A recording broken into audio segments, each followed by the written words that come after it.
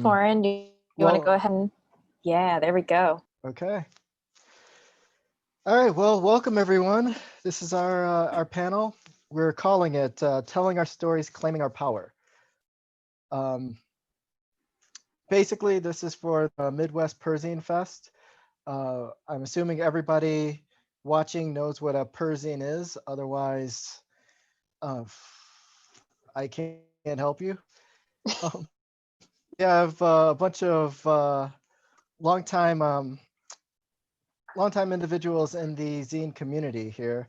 I'll let them all introduce themselves, but we will have them talk about themselves and their work for a little bit and maybe do a little bit of a reading, and then we'll dive right into questions and just a chit chat about the personal as the political, sharing our stories and wherever the conversation may take us. So let's go first to my right, Julia F. If you want to get it started. I forgot we were reading. It's not necessary. If you don't want to read or aren't prepared to read, that's fine. I'm prepared to read. I just gotta leave screen for a second so I could go grab it. There we are. You can do that. Maybe we could start with Dawn and then come back to you when you're ready. Is that fine? Okay, yeah. Give me 30 seconds. 30 seconds it is. All right. Don Graham, you're next in line here, or first in line as it is. Sure thing, yeah. So yeah, I'm Dawn, and I do Stay Kind Distro, which focuses on zines that are especially focused on personal and community narratives, topics around mental health, racial equity, things like that. For Stay Kind, a portion of all the sales always go to initiatives that support our communities. So currently going to Families for Justice's Healing, that's based here in Roxbury, or nearby me in Roxbury, Massachusetts. And yeah, so for my own stuff, a lot of my own work has been personal stories. The longest running series I've done is I Eat You, which is just day to day, whatever's going on in my life, thoughts and what's happening. I've also done a memoir that's based on body parts, and the last one that I did was something that I wasn't sure if it was a continuation of I'm Gonna Eat You or something totally different, but that's what I'll do a short reading from now, I guess, as part of this intro. And that one was called 1.5 weeks, or My Worst Birthday So Far, or What Am I Doing Anyway, or Should This Be an Issue of I'm Gonna Eat You? And so from that, I've often said I have been working with young people since I was a young person. This is true, but in the early years, I wasn't thinking of myself as working with youth. I was simply working with other people who I was in community with on things that affected us. And we happened to be young people. The first time I thought of myself as working with youth, I had moved from Kentucky to Vermont, and at 25 years old, started working at a teen center that served 12 to 19-year-olds. This was the first time that I was entering into, rather than already part of, the community I was working with. And I'd grown up with people who said, never trust anyone over 25. I was officially crossing the age threshold into untrustworthy, no longer allowed to be on your parents' health insurance adult. So the flip finally switched in my mind. Regardless, I've been working with young people for over a decade in various settings, drop-in centers, nonprofits, high schools, universities, in various states, Kentucky, Vermont, Illinois, Massachusetts, with a variety of different focus areas: digital media, civic engagement, violence prevention, nutrition, racial equity, sexual health, etc. While the places and topics have changed, the working with youth part has been consistent. It's filled my heart up, challenged me, kept me honest and grounded. Now I'm in Boston, where I've been doing HIV and substance misuse prevention work with high school and college students, thanks in large part to a 3-year federal grant. With that 3 years coming to an end, I'd been dealing with the growing uncertainty of my job status for a while. Especially with the new administration, reliance on grant funding has not felt very secure. On top of that, Boston is one of the most expensive cities in the US. Each year, our lease renewal has come with a 10% rent increase. This year, the same week the notice about the rent increase came, I also got a notice from my organization that they're putting a hold on our annual 2% cost of living increase because of financial challenges. We had to have a serious conversation about if we could make it work or if we needed to move. We decided to stay, but mostly because both of us being unsure about the future of our jobs and where we were going to live caused more stress than I could handle. I asked if we could take at least one of the question marks off the table for now, even if it ended up not working out. It may be a terrible idea. And so this was written 2 years ago in September 2018, and here we are now. And Right on. there we go. Well, thank you. Thank you. Julia, are you ready to take it away? Yeah, no, I'm good. I'm here. Alright. So yeah, I guess if you don't know me, I'm Julia Eff. I don't have like a zine that I've been doing consistently for a long time because I just do a title and then I do another one. And yeah, so that's kind of different from a lot of personal zine stores. And yeah, I run a distro called Crapandemic. It's a Perzine focused goth themed distro, and we're really focused on our like you know college-y answer is supporting marginalized voices from within the goth, metal, punk, and alternative communities. And yeah, it's cool. I live in the Midwest, originally from Detroit, currently in Indiana, and just hanging out. So yeah, I've been doing zines for like 15 years at this point. And yeah, that's, I don't know, I'm so bad at like the tell us about yourself. Like I'm horrible at it too. I get it. I'm just here. I'm just vibing. Yeah. So I actually just reprinted this zine. It's called Fallen Like the Sky.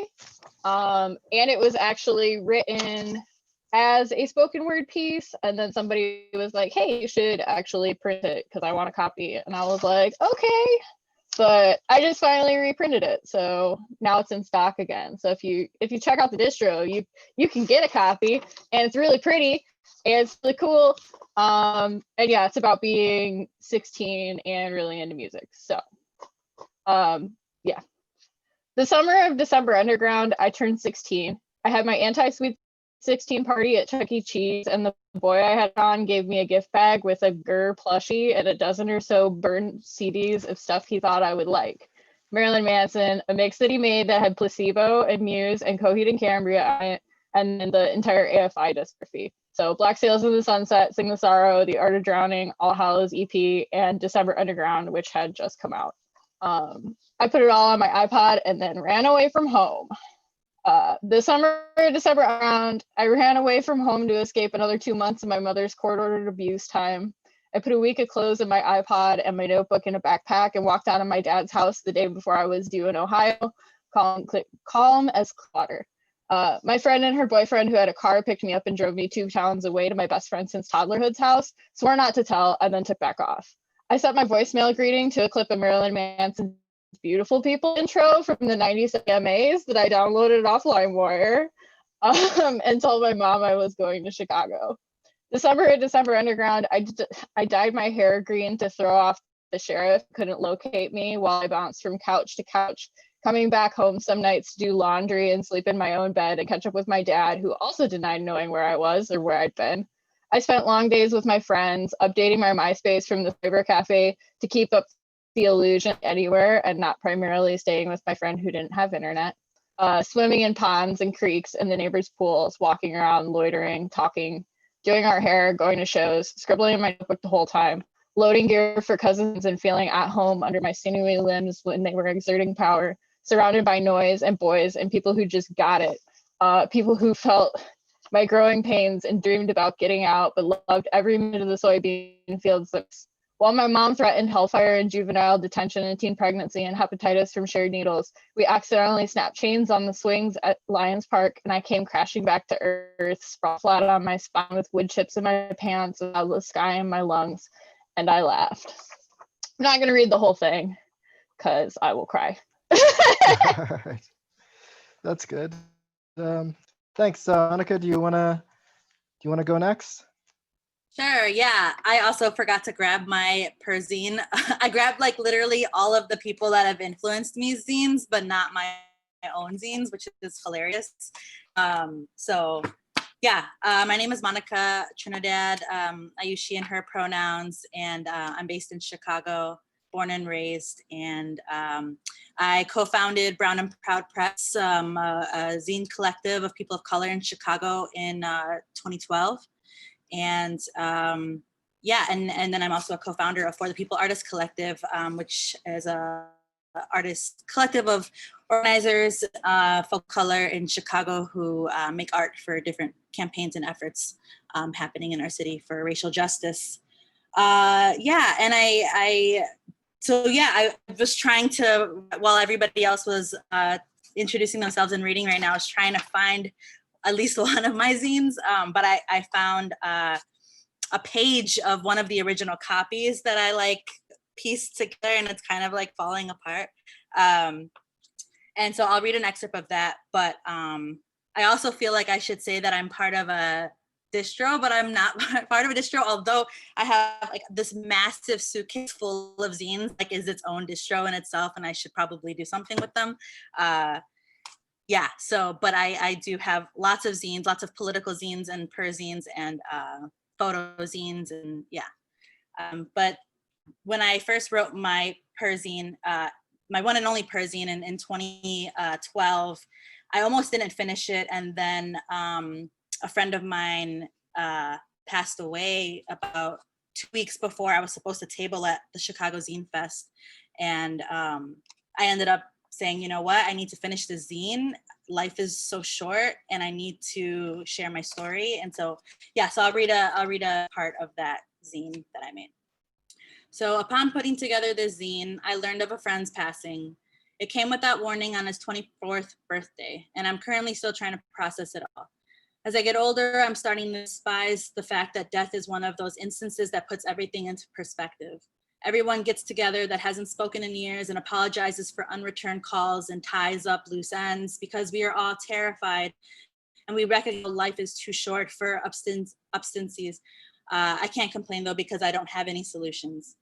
I hadn't spoken with him in what feels like years, and I'm experiencing such heavy remorse because he was such a fascinating person with an unparalleled outlook on life. Facebook reminded me all week that his birthday was coming up, but I thought there was time. I'm notorious for belated birthday wishes. So I spent an evening looking at old photos and listening to that he introduced me to. Every time I hear In the Aeroplane Over the Sea by Neutral Milk Hotel, I'll think of him and the time he sent me the entirety of lyrics via Facebook message. And I'm reflecting on his passionate spirit because that's all I can do. And I never got to say happy birthday. So thank you. Right on, thank you. It came to my attention to actually introduce myself, but I kind of don't want to. My name is Jonas. I make zines. I've been making zines for about years. And yes, next I'd like to introduce Jessie, Russ spelled Jessie, who will be talking a bit about themselves and perhaps doing a reading here. If you'd like to take it away. Yeah. I am Jessie Lynn McMains, aka Russ spelled Jessie, FKA Jessica Disobedience and Jessica Whiskey and about 50 other names. Like I've gone by a ton of stage names and pens and punk rock nicknames over the years. It's kind of ridiculous. And I've been doing zines for 26 years now. I started when I was 12, so I'm not as old as that like makes me sound, but as far as like, it's funny because I was thinking before this panel that I don't even know if I would really like classify myself as being a perzinester, like solely, because even though I mostly write about my life, I also have often over the years mixed in other stuff in my zines like poetry or fiction or reviews or, you know, so I just consider myself someone who does a zine that's often about my life, but, you know, then there's all kinds of other stuff in there.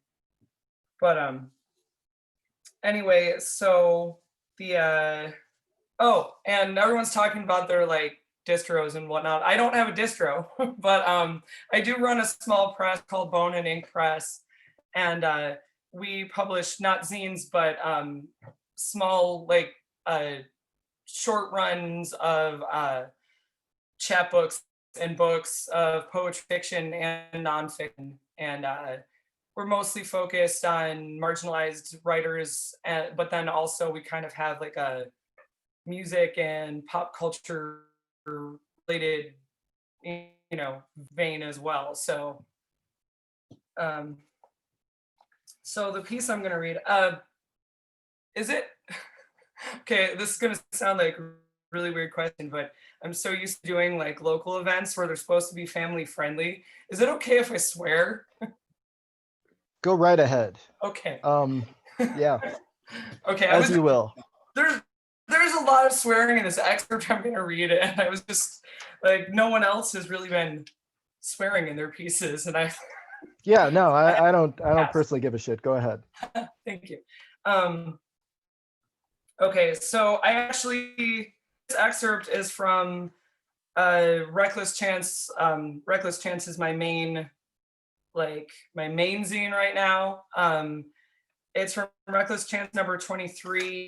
It came out 4 years ago this month, but I was reminded of it a couple days ago because I saw this post online, a post on Tumblr by someone talking about how if people like are sensitive and react, strongly to seemingly minor things, they're like accused of being privileged. And it reminded me of this thing I'd written about my own oversensitivity to minor things. So I wanted to share this. Sometimes I have meltdowns about not getting to do something that I really wanted to do. For instance, I can't count the number of times I have wanted to go to a show and haven't been able to for whatever reason, and I wound up doing something like lying on the floor crying for hours. People on the outside of the situation, people who don't live with my particular kind of craziness, and people who can't read my thoughts, i.e. everyone, often see this kind of behavior as me throwing a tantrum. They see it as a side effect of cushy life. Someone once said to me, if not getting to go to a show is the worst thing in your life, then I'd say you have it pretty damn good. I've never been able to explain that, of course, not getting to go to a show is not the worst thing in my life. It never has been, it never will be. But it's never really about the show I'm not going to. That's just the trigger. Like, sometimes it triggers thoughts of everything else I don't get to do, which leads to thoughts of everything I'll never get to do. And next thing you know, I'm enmeshed in some big existential shit show about the fleetingness of time and mortality and how we're all ultimately alone in the universe. And all I wanted to do was go to a show and get banged up in the pit and sing along with friends and strangers and not feel so alone for a couple goddamn hours. Or if the reason I can't go is because of lack of money, it triggers thoughts of how little money I have and why am I such a failure? But then wait, why is money even how I'm measuring success? And it's not really, but oh shit, I need money to survive. And why the fuck do we live in a world where you need money to survive? Fuck capitalism, but how the fuck do I end capitalism? When I'm in a relatively healthy place mentally and I have to miss a show, it's just, oh, bummer. Well, there will be other shows.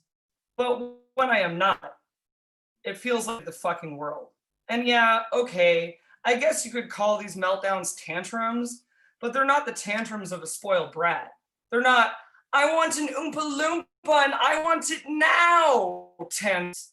They're tantrums about enormous fucking nightmares like the loneliness of life or feeling powerless under capitalism, which is actually sort of hilarious.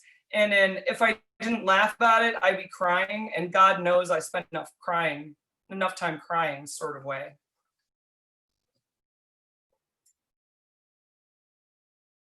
That's it.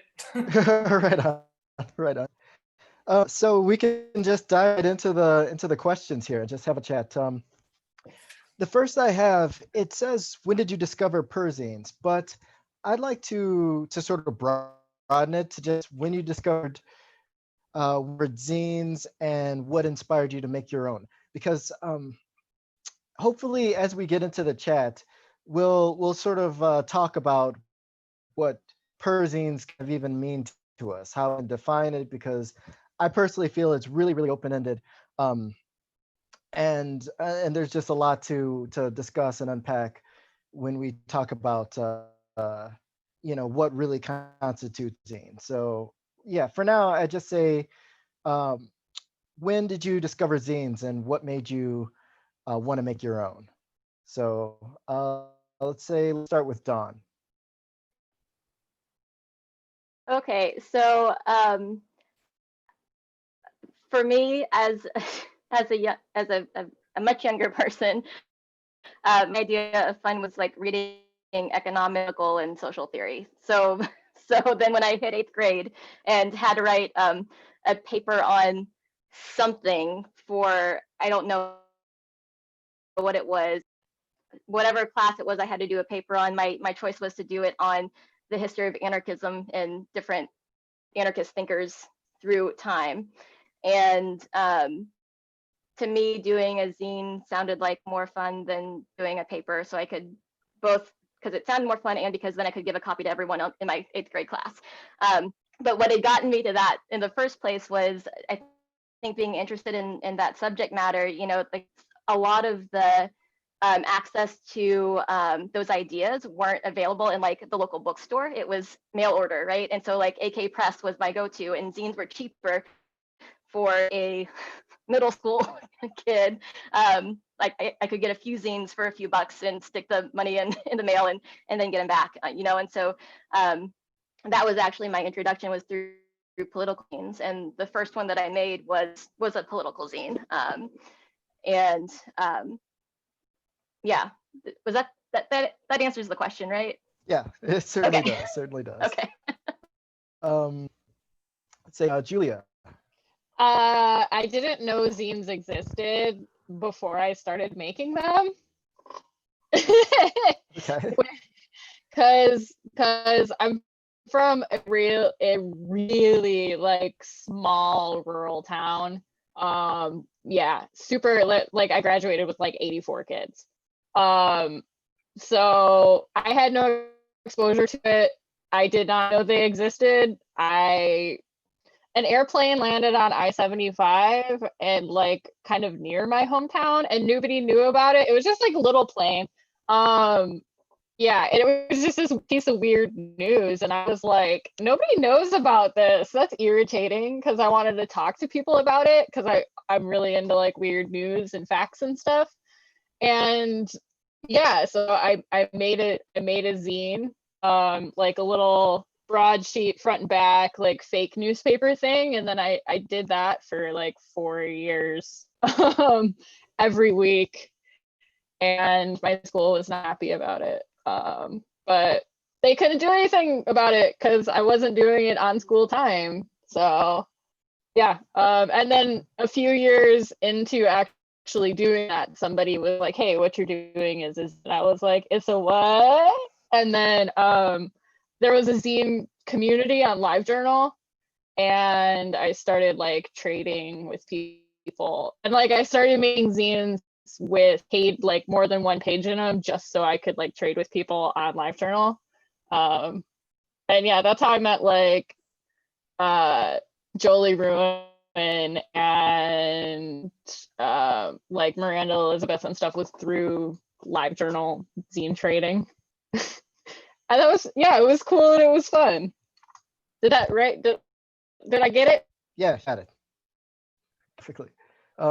Let's say Jessie.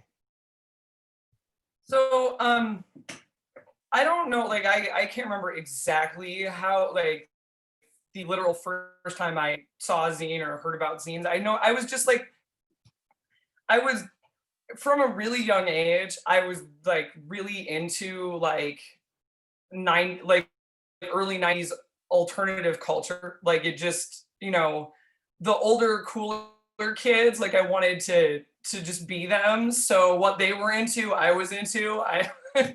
And also I read Sassy magazine. They had their zine of the month every like issue in like this one section, and I don't know if that's where I first like encountered the word zine and kind of like knew what, but you know, I had always like written and like, you know, written my own stuff, like mostly in my, you know, like just for classes or in my own personal notebook or whatever. But I like when I first started doing the zine, like I said, I'd known what they were for a few years already, but I went to the middle school I went to was a middle school and high school in the same building. So like we, you know, the middle school students encountered the high school students and stuff. And there were like some of the like high school alternative kids that I, you know, like really idolized that, you know, they were actually really cool to me. You know, they didn't like mind me tagging along. And one girl was like, you know, Jess, you're always like your notebook. Why don't you do a zine? And, you know, that's, so I was just kind of like, yeah, sure. And the rest is history.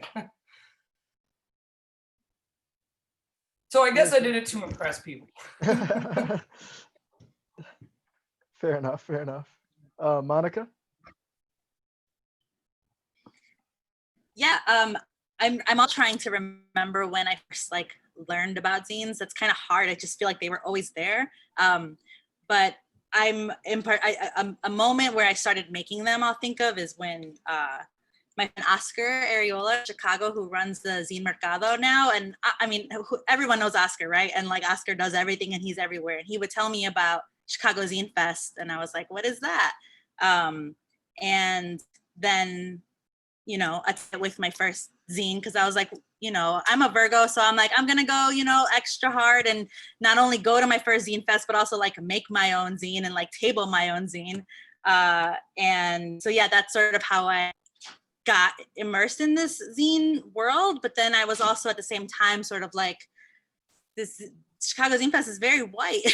And I was like, I know that like white people, you know, didn't create zine culture, so who did? And so I came across the POC Zine project on Tumblr in 2011 or 2012, and that's sort of when I learned about the work of like Anna Vo or like Susie X, who is now the Latin music editor at Rolling Stone, or Osa To, Chrissy Road, Mimi Tainouin, like basically all of the folks involved in the Race Riot tour in 2012, like and part of the POC Zine project, really opened my eyes to, you know, who actually created zine culture, right? And zines as far back as, you know, Ida B. Wells and anti-lynching pamphlets in literature, right? So it was really cool to sort of learn about it from a person of color, right? And then like see it as this very white thing, then being like, wait, let me take a couple steps back again and learn that this is actually a very like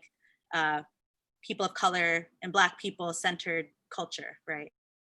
So yeah, so that's sort of how it. Awesome, awesome.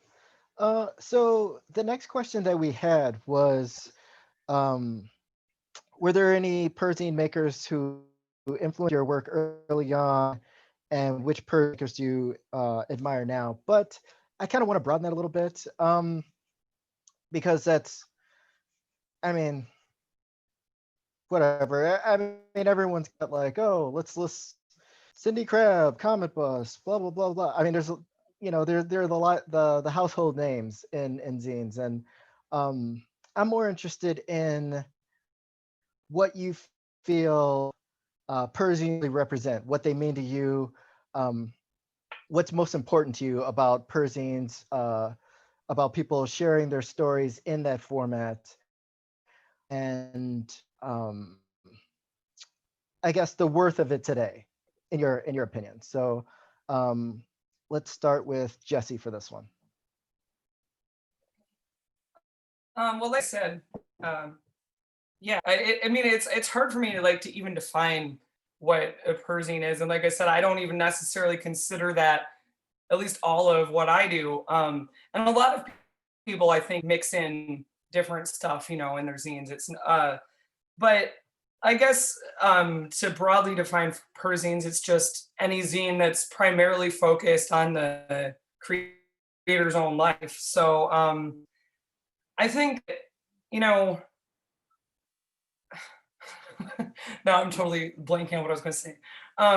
No, I think they're important, especially now, because I feel like, they've always been important in the sense that they give people who wouldn't otherwise have the opportunity to tell their stories, a way to get their voice out there.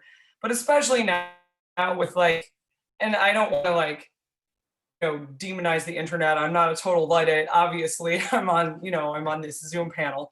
But I think in the age of social media and everything just sort of stuff posted online gets lost a lot faster, I think with a physical, object, a zine, a book, something like that you can hold it in your hands. I still have zines that I got in the 90s, and that still mean sometimes I'll go back and reread zines that I've had for 15, 20 years, it's just, there's something that what I'm trying to say is that social media and the internet, everything's so ephemeral, and zines, which, a lot of people still don't consider very serious, at least there's some sort of lasting object there. And, someone's blog might get deleted and you can never find it again, but, just have that zine. Can I piggyback off that? Yeah. I'm just gonna start talking. Yeah, because the thing about the internet and why I'm so interested and fascinated by it and everything is that when stuff disappears off the internet or appears to be actually lost off the internet, a lot of times it is gone for good, which is freaking horrifying, especially when you consider, history being written by the victors and everything. We have seen just even in the last 10, 15 years of fan culture on the internet, things have gotten mass deleted by policy changes. There was the Tumblr porn ban in 2018, strike through and bold through on LiveJournal in 2007 that took down a ton of fan fiction, and led to the creation of Archive of Our Own and the Organization for Transformative Works. And it's fascinating, particularly with kind of the foray into fan culture there too, because that's kind of where my stuff intersects, is a mix between fanzine and personal zine, because I am so involved in fandom and I have been since I was little. So it's really interesting to see how, yeah, you can find a box of zines in your garage or in somebody's garage and it's still there, whereas somebody can come through with a new Cesta, a new Fossa or whatever, and get rid of everything. And you gotta consider strike through, bold through, that was pushed through by these evangelical focus on the family type coalitions. And so it's you gotta consider with the internet who's censoring it and to what end. So you don't have to worry about that with zines. And you can say whatever you want, and you get to glue stuff to other stuff, which you're lying if you say you don't like gluing things. Right on. Dawn, do you wanna add to that or go off in a different direction if you like? Yeah, I think some of what's important to me is what's already been talked about, some in terms of the whose histories are there, whose stories are there, what's being remembered and told. I think for me it brings up two stories that really remind me of why Perzines feel so important. And one of them was not this past summer, but in summer of 2019, doing a workshop for a summer camp for queer youth. And most of the young people there had never seen a zine before, didn't know what it was, whatever. We went through the workshop and I brought zines with me so they could go through them, and you could see things clicking, right? They were oh, wait, you can talk about this, you can talk about this, you can make this, and kind of the lights going off of wait, I can do something like this, and And during the workshop, everyone there like made a page, and by the time that they left the next day, they had a zine that was compiled and put together that had stuff from everyone else that was at camp with them, right? These are queer youth. For a lot of them, that's the only space they have. And now I'm gonna get like a little caught up, but like that's like their family for a lot of them, and so that's like a point of connection. And and it didn't matter if anyone else ever saw that zine outside of the people that were there, but everyone there got a copy of it, and they had that to take away with them to be able to stay connected to each other. And so that was super important. And then on the other side, where it was about getting it out to other people, when I was in Chicago, I was working with their school program at a school in the south side of Chicago. And we were prepping for Chicago Zine Fest and just like having an opportunity. Hey, if any of you want to make a zine, whatever, we can get them there so that they'll be there. And again, like most of the students there were like, I don't know what a zine is, I don't care.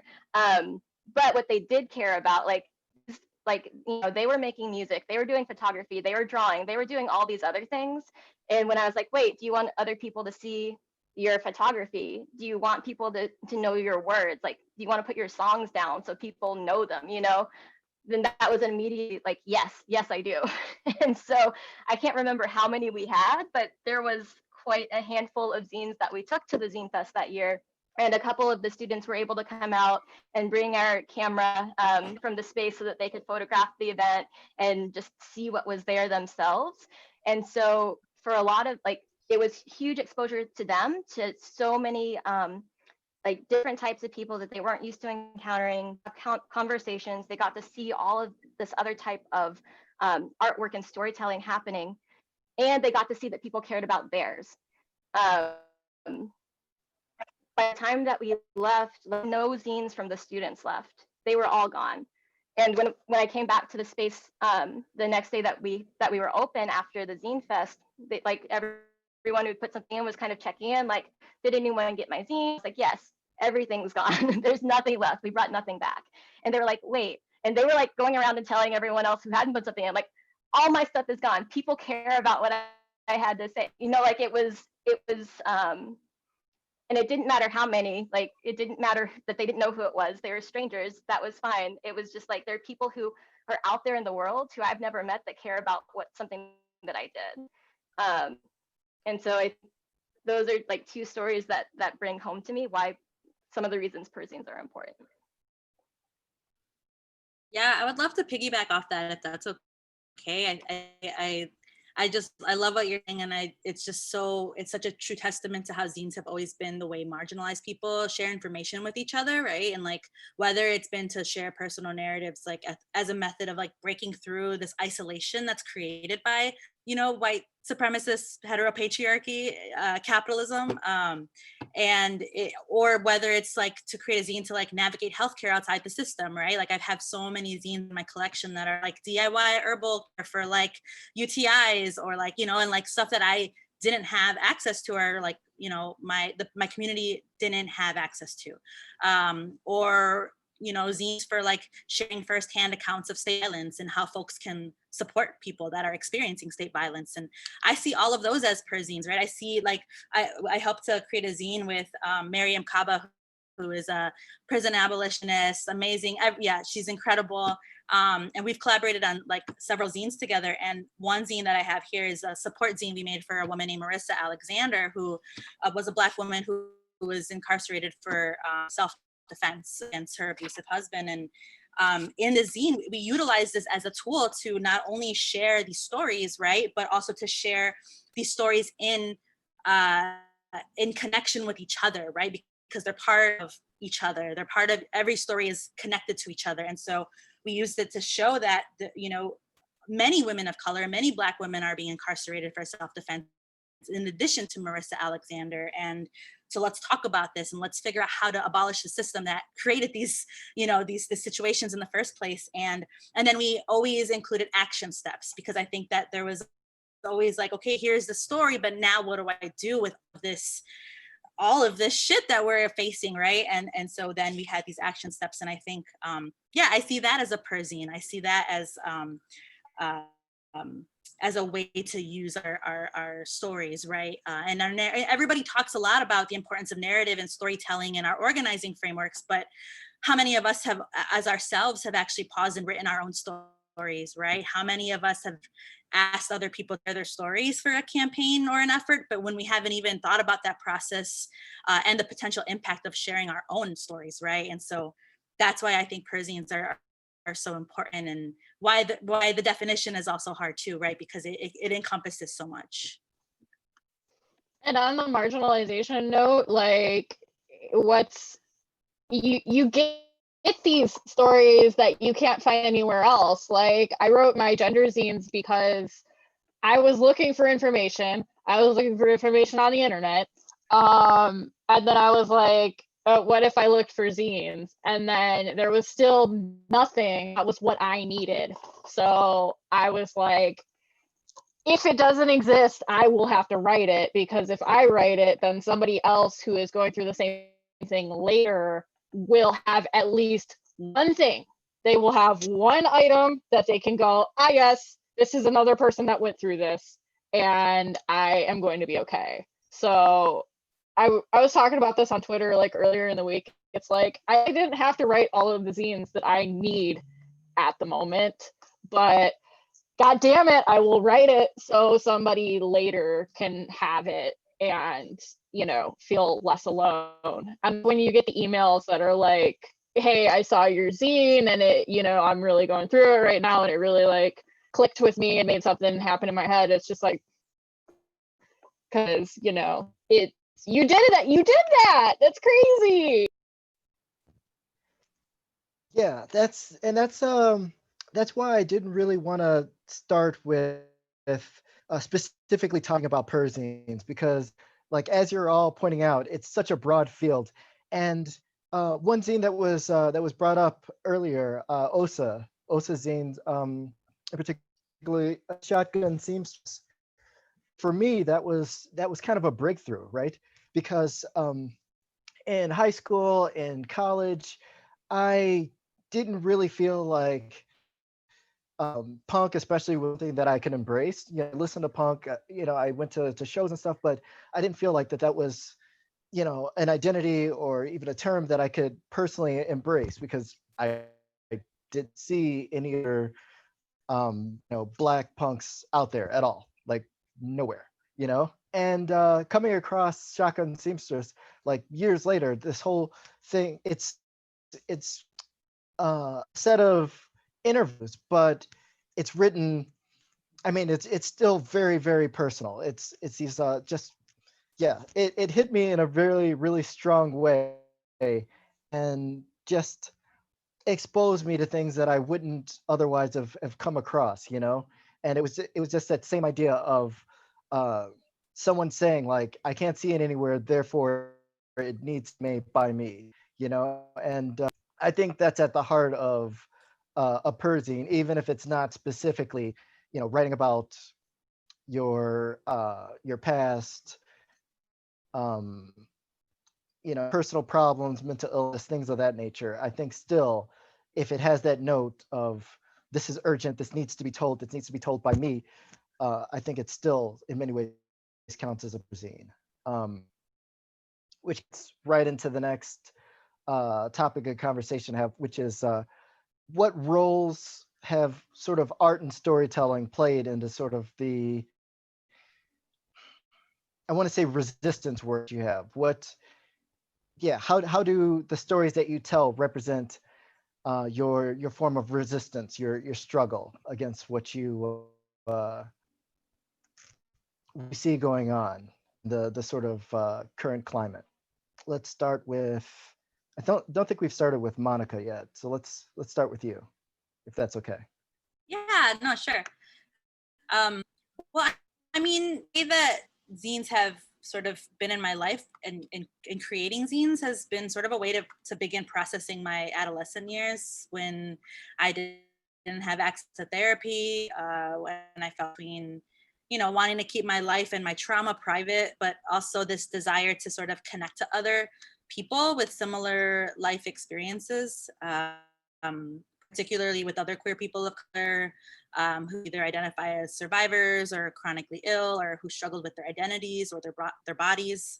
And it just really broke a lot of isolation and opened up paths toward healing I'm still on several years later, right? It's a never ending process. But I've really moved a little bit from creating zines and using zines to tell stories to illustrating artwork to tell stories in more recent times.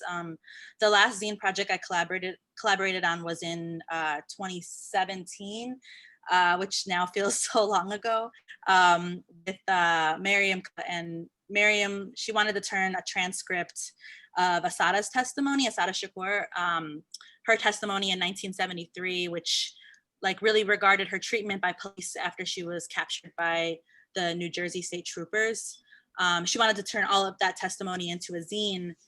So she sent over the transcript and I read through it, but I also just really wanted to like illustrate some visuals, because I think I was seeing a lot of zines that were just like, and there's nothing wrong with it, but I was just seeing a lot of zines that were just all words and not a lot of like visuals. And I really wanted a little bit more visuals just for my own like processing and learning.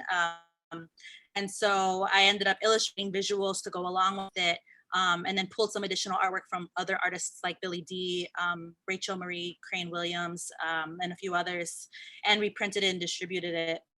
And we really just wanted Assata's narrative to be told and to be shared and remembered, right? And I also think about the ways that zines are sort of like that narrative, right, that we need from people to break that isolation and to also feel like we're not going through something alone, and that other people have gone through these similar issues and situations. And it's a way for us to gain clarity with our own situation and understand and how to process them. But it's also a way to like learn a history, or learn the way that, for example, incidents of police violence are connected to a long legacy of police violence, all the way to the beginning of policing when we think about slave patrols, right? And so it's a way for us to collectively heal as a method of like social transformation, right? So I think the way that I see zines and art sort of intersecting is that there are the sort of our first contact with a world outside of us, or a world that we're part of, but we never really saw that we were part of. And so all of that to say, I think they're both integral to organizing and to activism and to bringing in people who want support moving forward and just don't have access to how to go about doing that. So, yeah. I think it's like contextualizing like what people are going through, because like if you're just going through something alone and you think you're going through it alone, and then you find a zine or whatever and you're not going through it alone, maybe this is a systemic problem, you know, and because clearly it's happening to more than one person, because like 1 is an anomaly, 2 is a coincidence, 3 is a conspiracy. So, you know, like it may be, if I'm going through this and you're going through this, and that guy over there is going through this, we need to like look at that and examine it. Right on. Yeah, I like this piggybacking off of each other's thoughts, rather than me just saying, okay, you go. So if anyone wants to just jump in right after someone else, just go right ahead. It saves me a whole lot of time and work. So, but if not, let's go ahead. I'll say something. Oh, now. there we are. Anyone Cheers. else wants to jump in first? No, I guess, you know, I've been thinking about this question as other people were talking, and it's funny that that Monica said that you know, that she is like more so doing illustration nowadays rather than like writing zines. And I still make zines, but I like you know, don't do as many so-called perzines anymore, like the straight up ones that I used to do. I'm mostly focused on poetry these days and have been for like 5 years now. So, you know, a lot of the zines I put out are poetry based. I mean, although a lot of my poetry is, you know, so-called confessional poetry, so I guess that would be like the poetic version of a perzine. But no, it was funny because, you know, as much as I'm glad there's a thing to focus on perzines, I'm realizing that, like, you know, that might not be, like, I don't even know if I fit in with that. So but as far as you know, art and storytelling in resistance, I guess for me it's like a lot of times, well now, but especially when I was younger, I didn't like go to every single protest that my friends went to or everything. Not that I didn't find it important, but a lot of times I just wrote about, you know, different topics in my zine through a personal lens, but also I would often like bring in research I'd done and whatever, and talk to other people, like informal interviews and stuff. And you know, for a long time I didn't think that that was as valid as like being out on the streets, you know, every time. But then, you know, people over the years, people told me that no, like you need both. You need people to do both. It's not, you know, it's not if you just have one or the other, it's lacking. But you need, you know, kind of everyone contributes basically.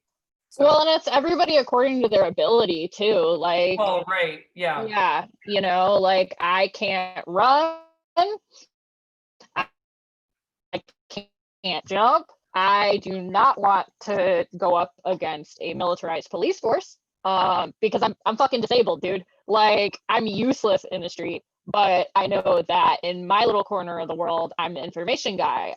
You know, I've got zines, I run a distro, I'm doing all this, that, and the other, and that's contributing in my way because that's the way I'm actually capable of executing at any amount of, you know, actually executing with my physical limitations. Right.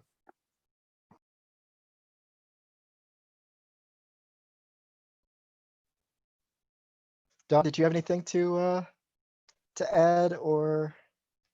There's this, I mean, so many things are being brought up in my head right now, so I'm trying to pick a thread here. But I think one of the things I'm thinking about in terms of this art as resistance piece, I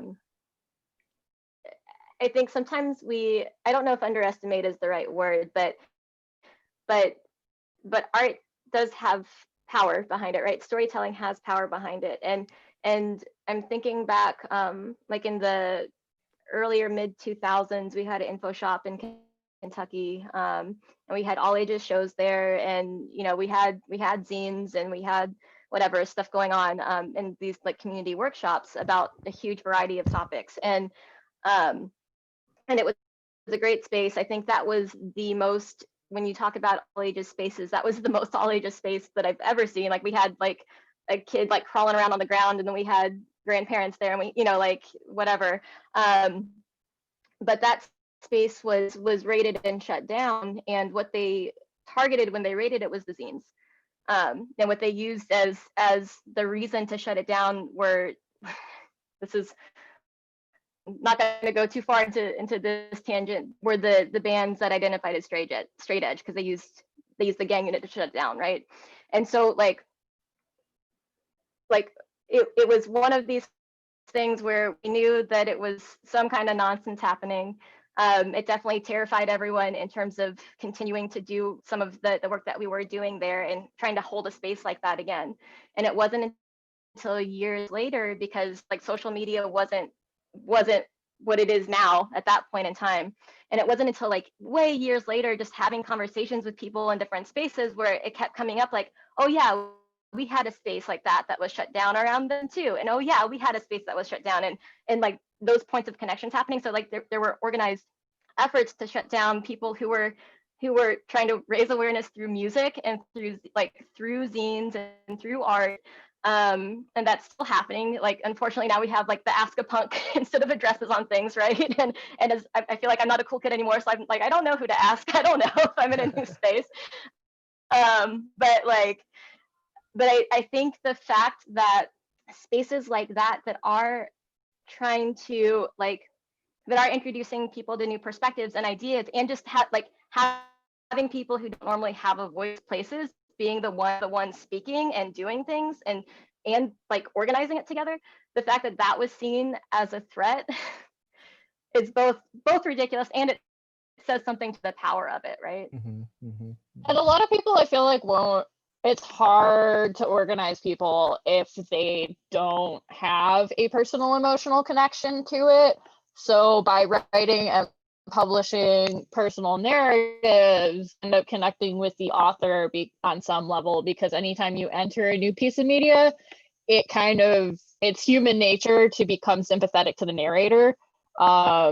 So we're telling these stories, and then somebody connects with us on an emotional level, even if they didn't see eye to eye with our politics or our whatever, and then they consider things a little differently, and they're like, well, it's kind of as good as having the friend that's like dealing with those problems, but it's actually just like somebody in a zine they read, and then maybe they read more zines, and then it can get them getting involved in their community and stuff, because now they have an emotional connection with it, whereas before it was just contextless, like buzzwords. Yeah. And add something to kind of what I was saying before about feeling like I wasn't doing enough by just writing about things. I actually wanted to just add that I was thinking about, like, back around that same time in my life, my late teens, early 20s, basically. I hung out a lot with like an anarchist collective and stuff, and I did a lot of like volunteer work, and these were people that I generally had like the same views as, and a lot of them also did zines, but most of them did more overtly political zines, whereas I would put political stuff in mine. But I even got like scolded by some people that were part of that crowd, saying that like, well, obviously I wasn't very like committed to the cause, because I mostly like just wrote about like crushes and road trips and music and stuff. And at the time I felt like kind of badly about that, and like, oh, maybe they're right, and I'm just but years later, after I didn't hang out with any of those people anymore or talk to them, I realized that no, I think that, well, and other people had told me that stuff I wrote that was just about those silly things had helped them. And I started thinking that maybe just like being a queer person, like talking about music and crushes and road trips is different than like those things coming from a more mainstream narrative. And so just by writing about like frivolous things, I'm still potentially like helping someone else, or at least helping myself by telling my own story. So just by existing, like it's a strong, powerful like connection, resistance point, just like existing where other people can see you and can't shut you up. Right. That's how you get shit done. Right on. Yeah, just listening to Jessie, listening to you talk, I mean, even though you said you personally feel like you've moved away from Perzines, I've always kind of thought of you as a pretty important part of the community, if that's a thing. I don't know. I mean, I always, even reading your recent stuff, the poetry, I kind of thought you were firmly rooted in sort of like Perzines, in my opinion, and especially using the term like personal lens. I really think that a lot of, how should I put this? Well, there are a lot of zines that are inarguably not Perzines. Like I really got into like socialism through reading a lot of zines about socialism, where they're very objective. There's no personal stamp on them. They're not, you know, through any lens. It's just information, information, information, and they were great. I think what's needed now, in addition to those, are things that really have that personal stamp on it, you know. And whether it's about relationships or something relevant to what's going on today, if it has that personal stamp in it, I just say it's a perzine. You know, it could be a poetry zine, it could be about, you know, I don't know. Like I read a zine the other day about like Bigfoot and the Mothman, but it has a personal lens on it. So I think it fits. It's within the scope. What was Um, the Bigfoot scene? Sorry. What was the big That's- scene? What was the oh scene? man, what was the scene? When I get out of when we're done with this, I'll run into the next room and grab it. Okay. Yeah, I gotta know. That's Okay.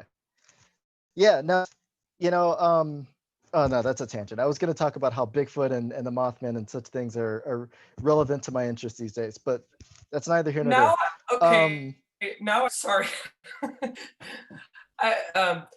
Now I feel like someone should do a Perzine from the point of view of a cryptid. Like it's like that would be Mothman writing his own Perzine or something. Don't tempt me. Yeah, you're putting the seed into my brain right now. That's collaborate. Anyway, okay, back to the Sorry, Janet.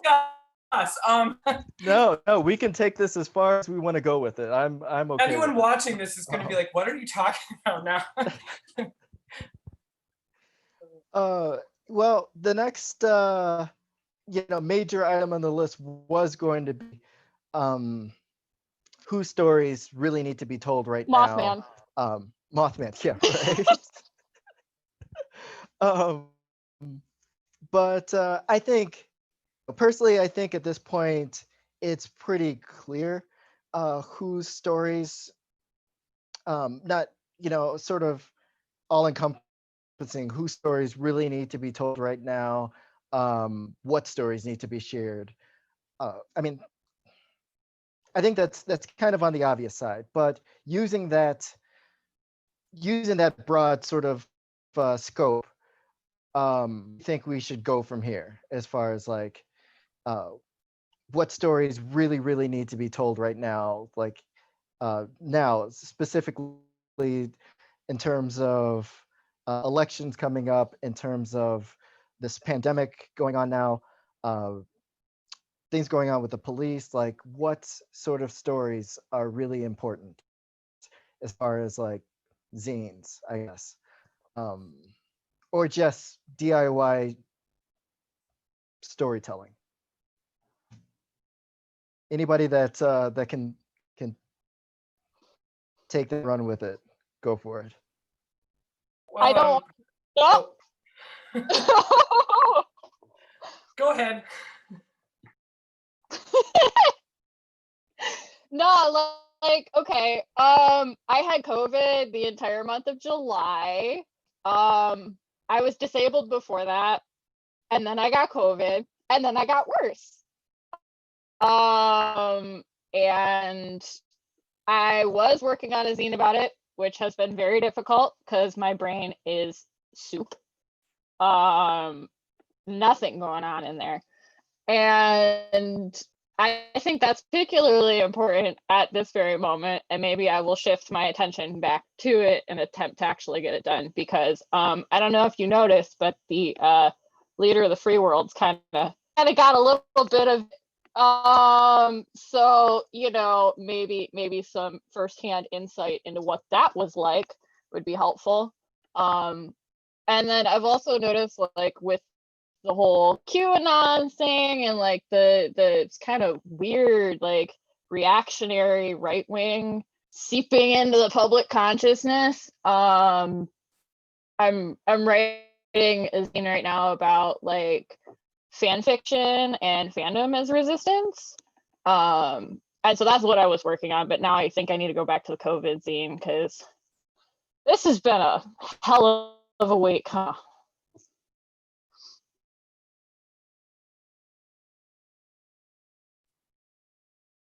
Yeah.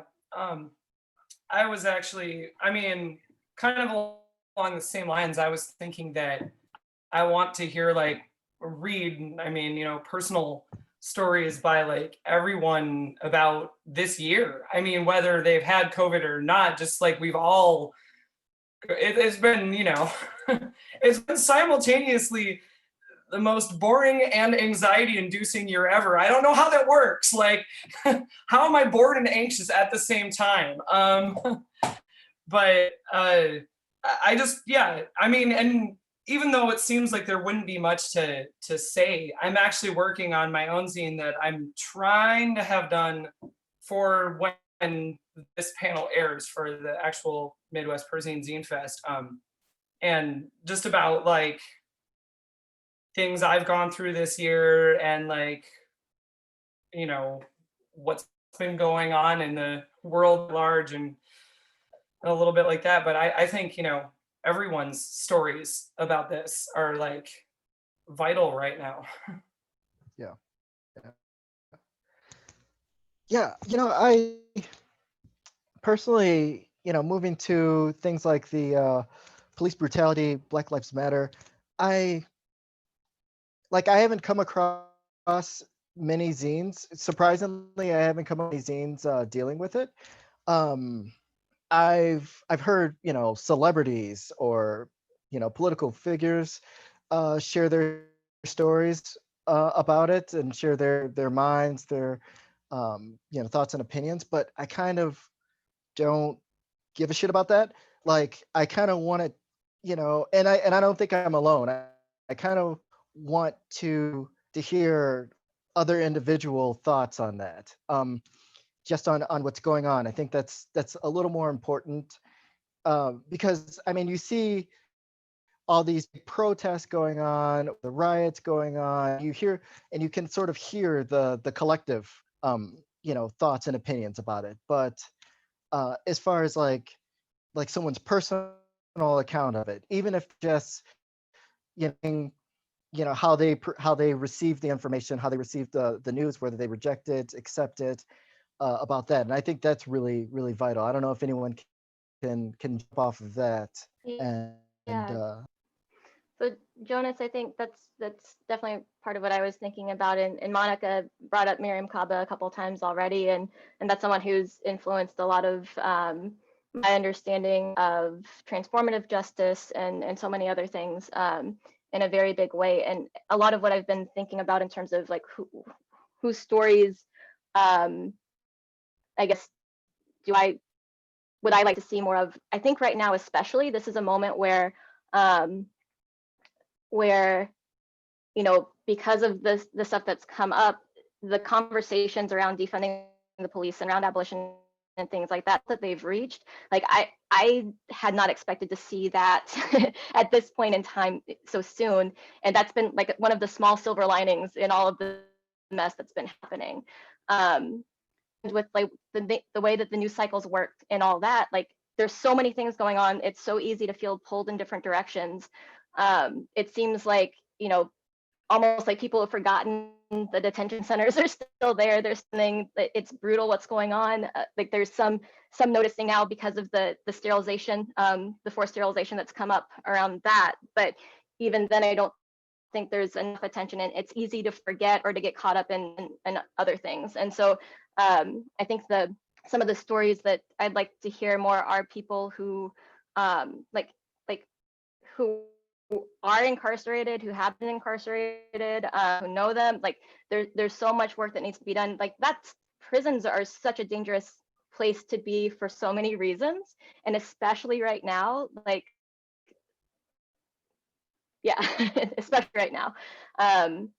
And so I think that's where some of my focus and hope has been. It seems like there's been a point in a couple of different projects that I've worked on where something's happened, and I don't know how it happened, but where I'll start getting letters from people who are incarcerated. And that started happening because of some of the scenes in Stay Kind a while ago. And it's tough because it's already hard enough to stay in touch with folks who are incarcerated because they get moved so much. And you add that, like if you think about the people who they're more closely connected to and trying to maintain contact and all the uncertainty that's going on, I think like those are some of that I think we need more of right now. Well, and Black and Pink is doing a really good job with that right now. That's personal recommendation. Yeah, I've got friends that are working over there right now, and it's a great project. And I would like to see more people know about it. So if you're watching at home, please go check out blackandpink.org, I think. .org.net, something like that. I think .org, yeah. Anyone else have anything to add or branch off into a different into new territory with that? I think yeah, I think Don really like said so much great stuff that I agree with, and I've written, yeah, in my notes I wrote, I'm like, we need to be reading more and supporting more zines and writings from folks in prison, and also disabled folks who were definitely creating resources, you know, pre-COVID and like right at the height of COVID about like survival tips and tactics, and you know, like we often forget who, like that history, and who is actually like who has been creating this work on abolition and police abolition and prison abolition, and what zines have already been created that people can revisit. I made a zine with Sarah G, who is a photographer and organizer in Chicago. It was a community compilation on police abolition. We made this back in like 2016, I think, or 2017. And at the height of the uprisings earlier this year, the zine was starting to circulate again, and people were sharing it a lot. And I was like, oh shit, what does that zine say? I need to go back and read it, because I'm like, this was so long ago. And you know, a lot of our language evolves, right? And our theories of change evolve. And so I went back to it and I read it. And I was like, okay, it's good. It's still very evergreen content that, on defunding the police and why police don't need to exist anymore. So yeah, I think I just really do want to encourage, right, like Dawn said, reading folks writing from inside that are incarcerated, right? And also, yeah, re-seeking out old zines and literature by folks that have been doing this work for years, right? That we don't necessarily need to sort of recreate the wheel around, but just like maybe build upon that work.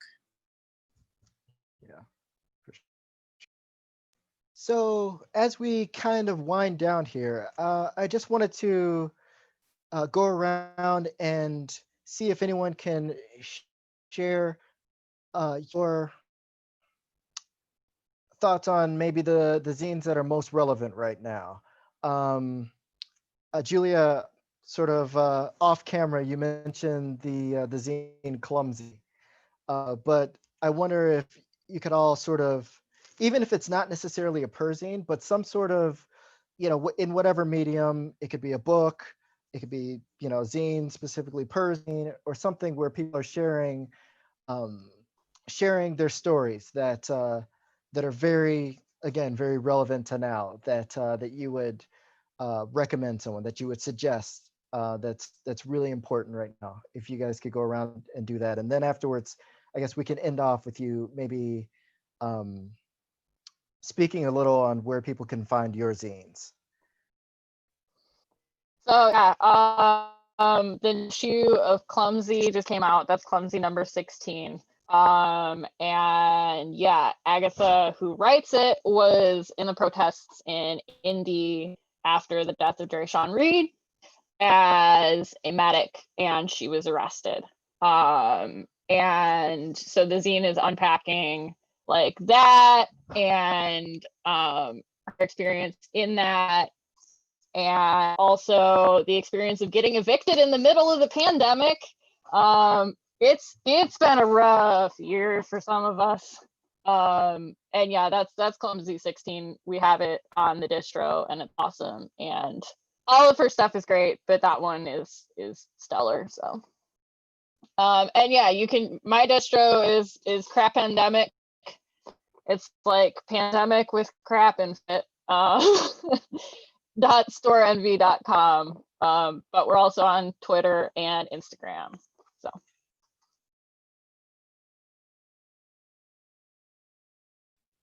Next up, anyone can just go if you're if the moment moves you. Okay. Yeah. So it's far as like zines that are the most, vital right now. Like I'm actually, as much as I might still write zines, I am like way out of the loop with reading. I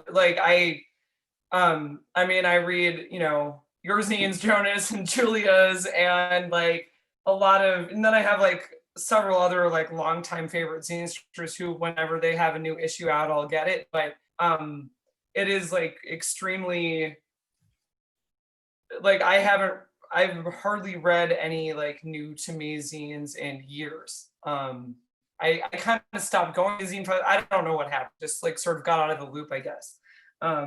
One zine I did just recently order and read that was new to me is called Wix, and I got a couple issues. It's by Lee Pepper, who's done some other stuff I used to read.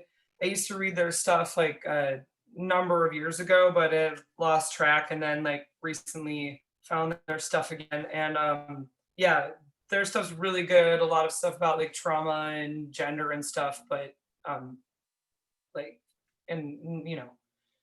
just really good stuff. And then yeah, I'm gonna take the opportunity to plug my own press, because even though it's not zines, most of our authors are either queer or people of color, or queer people of color, trans authors. And that wasn't even by design. I mean, I always wanted to focus on marginalized people, but I don't like a rule that's like no straight white guys, I genuinely just publish what I think is the best stuff. And it just so happens that most of it is by people who are, marginalized in some way. And, the stuff that I published, I mean, people have written about everything from like childhood trauma to like, crushes to, I mean, it's a wide range of styles and subject matter, but, that's important too. So as far as where to find my press and my own stuff, the press's website is boneandinkpress.com, and my personal website is recklesschance.net. So, and you can find all the various things are linked through there. So Awesome, thank you. And Monica? Yeah. So my zines are in a few. You can't find my Perzine anywhere. I only have one copy, and I don't even know where it is. I am inspired though to write a new Perzine now, and we'll see if that happens this year. But you can find the compilation on police abolition, free download on For the People Artists Collective's website. And you can also find a free download of the Asada's Testimony zine there too. Or you purchase it at, I believe Philadelphia Printworks has it online for sale. And then you can find a lot of Brown and Proud press zines on Issue, or is it Issue? No, Issue. I think it's called Issue. And I would also highly recommend just checking out the zines of Project Nia. So that's Miriam's project, but she has a shit ton of zines on the Project Nia Issue website, and they're available to read online. That's where you can find my stuff. I will definitely be looking for that Asada, the testimony. That the autobiography, it blew me away. I had promised myself that my firstborn was actually going to be named Asada, but yeah, I will definitely be looking for that. Dawn, I believe you've gone yet? Yeah, so I'll second the Project Nia Zines recommendation. And I think just from a very personal spot, a series of zines I've appreciated come from JWoo, and that's definitely one of those, like, where do you find those points of connection that you don't normally find places? And this is someone who's writing as someone who grew up an Asian in the South, and there's another one. So it was just one of those nice moments to have that connection and be able to relate in some spaces, even with very different lived experiences and stuff like that. So I think, yeah, so I'll leave those there. And then in terms of where you can find my stuff and the distro stuff, staykind.com is where that is. Like I think I mentioned at the beginning too, currently sales are going to support Families for Justice's Healing, which is an organization that works towards the decarceration of women and girls in Massachusetts. And yeah, so there's that.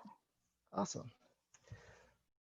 Well, thank you all. This has been great. I'm so happy that we were able to get this together.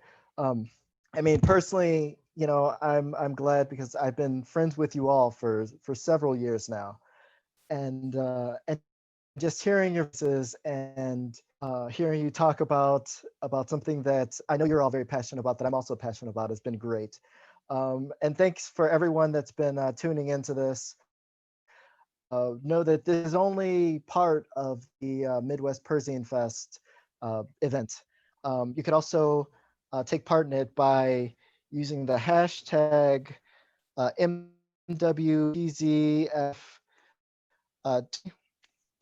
on, of course, October 10th, or signing up for the Perzine swap that we're going to be doing by email or by mail, obviously not by email. So thanks. I don't know if anyone has any last minute words, but I think we're going to close up shop here. Anybody? I have one. Oh, Go for it. Go No, right go for ahead. it. Kira was like, I don't know what I'm going to say on this panel. And I'm like, wait, but I would just, 30 seconds, I will just say for folks that want to make their own or their first Perzine, to remember to date it, because dates or like years somewhere on that zine is so important, because I'll go back to my zines. I'm like, what year did I make this? Why would I not think of putting a date? And then some of your friends read it for copy editing. Oh, actually, can I piggyback on that a little bit? The other reason you should date it is so other people know when you wrote it, because I've had people read issues of zine that I wrote years and years ago and send me letters about, like, either I can't believe that's happening to you, or how could you say that, or, you know, and I'm thinking, wait, what?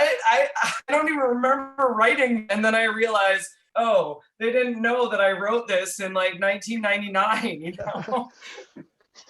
I was gonna say, if you are in a position of being able to, I think because we are in kind of the global economy slump at the moment, you should really consider putting your zines on sliding scale.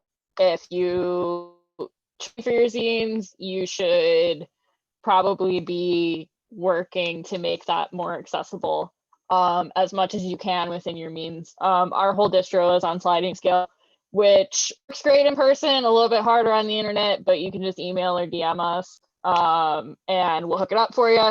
But it's just like, yeah, I think everybody should do that all the time. That's good practice anyway. But yeah, especially right now.